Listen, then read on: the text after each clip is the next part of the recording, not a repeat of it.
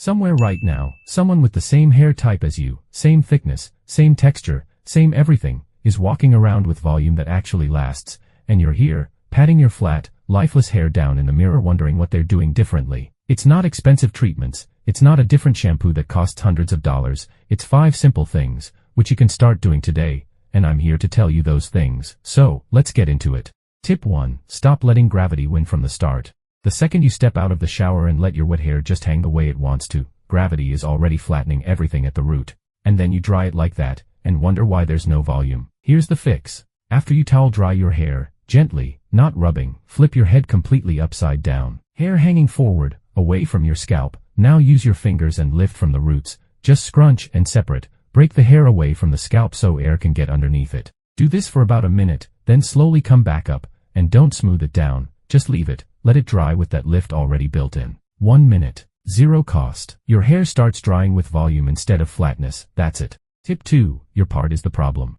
Your hair has been falling the same way for so long that the roots at your part have just given up. They lie flat automatically now because that's all they've ever been trained to do. So change the part, even just for today. Instead of a straight part, do a zigzag. Run your finger or a comb in a zigzag line instead of a straight one. Straight parts create flat panels. Zigzag breaks that up and instantly gives the look of more body. And here's the stronger move. While your hair is still damp, push everything to the opposite side of your normal part. Hold it there for like 5 minutes. Then release and style normally. What happens is the root has to lift slightly to fall back to its usual side. That tiny lift at the base. That's your volume. You literally forced your scalp to give it to you. No product, just redirection. 2 tips in and both of them cost nothing and take under 2 minutes combined. The next one is where most people are unknowingly destroying their volume every single day, and they don't even know it's happening. Tip 3. You're using your blow dryer wrong. Most people blow dry downward, nozzle pointing toward the floor, smoothing everything flat against the scalp. That's great for shine, but it's terrible for volume. Flip the direction, point the nozzle upward, aiming at the root from underneath. While you do that, lift that section of hair up and away from your head with your other hand. Hold it elevated. Keep the heat on the root for about 5 to 8 seconds, then hit the cold button before you let go. That cold air is the step everyone skips and it's the most important one. Heat makes the hair flexible, cold locks it in place. If you skip the cold shot, the hair warms back up from your scalp and falls flat again within minutes. Section by section, lift the hair up, heat from underneath, cold shot, release, move to the next section. By the time you're done, your hair will have real volume, before you've used a single product. Tip 4. Make your own texture spray for almost nothing.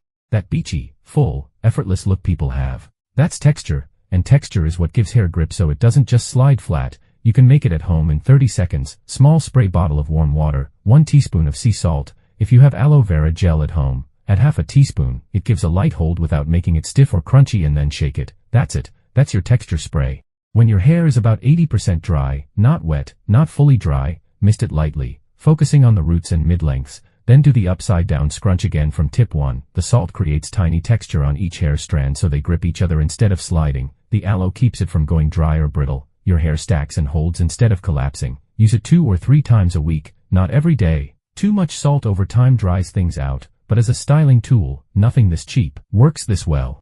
4 tips in and you basically have a full routine now, but here's the thing. A lot of people do everything right in the morning and by noon their hair is flat again. Tip 5 is exactly why that happens and how to stop it.